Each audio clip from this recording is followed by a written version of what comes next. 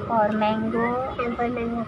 N for nest. N for nest. O for orange. O for orange. P for parrot. P for parrot. Don't speak in Hindi. This is the period of English. So speak in English with me. Man supposes God disposes. और बहुत कुछ सोचा था life में, लेकिन also I can not से कि कैसे लाइफ इतनी जल्दी स्पॉइल हो गई।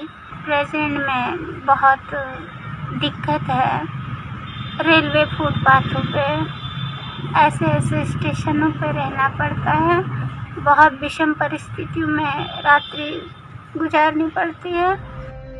देखा आपने, फर्राटेदार इंग्लिश बोलकर अपने बच्चे को पढ़ाई करवाती ये महिला कोई आम महिला नहीं है।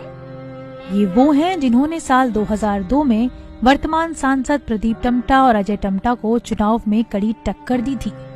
इतना ही नहीं, पूर्व केंद्रीय मंत्री और मौजूदा सांसद अजय टम्टा से 2000 वोट अधिक भी हासिल किए थे। इनका नाम है हंसी। हंसी प्रहरी कुमाऊं विश्वविद्यालय में छात्रा यूनियन की वाइस प्रेसिडेंट भी रह चुकी हैं, लेकिन समय का पहिया ऐसा घूमा कि ये मेधावी छात्रा आज अपने बेटे के साथ दर दर की ठोकरें खाने को मजबूर है।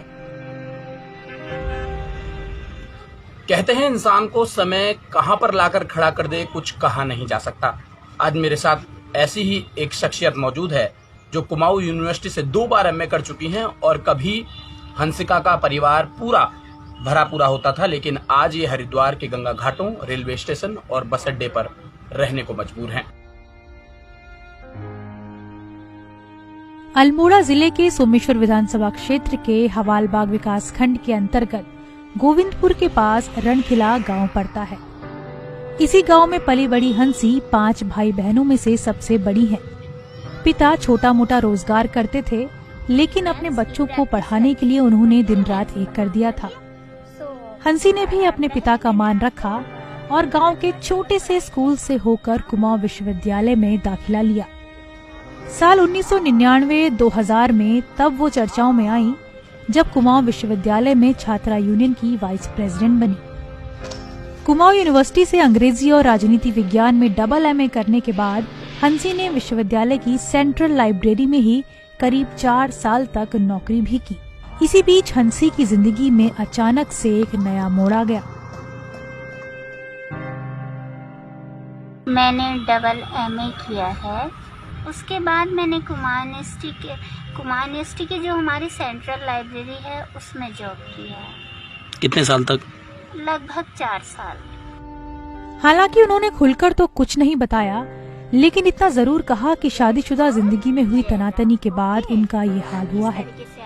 लेकिन अब वो नहीं चाहती कि उनकी वजह से उनके 2 भाई और बाकी परिवार के सदस्यों पर किसी भी तरह का फर्क पड़े।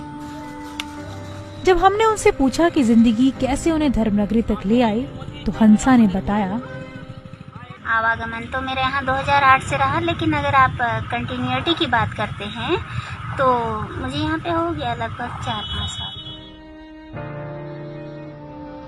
वहीं सड़कों पर चलते हुए, फुटपाथ पर बैठे हुए अटखेलियां करता ये बच्चा भी अब अपनी माँ के साथ इसी जीवन के रंग में मिल गया है। जब हमने हंसी से पूछा कि ऐसी कठिन परिस्थिति में भी बच्चे का लालन पालन और पढ़ाई कैसे हो पाती है, हंसी ने बताया, मैं इसे विद्यालय भेजती हूँ और स्कूल में मैंने इसे दाखिला दिया है। बालक को मैं एक प्रशासनिक अधिकारी तक बनाना चाहती हूँ। हंसी प्रहरी की सरकार से बस इतनी सी मांग है कि उनके सिर पर छत मुहैया करवा दी जाए।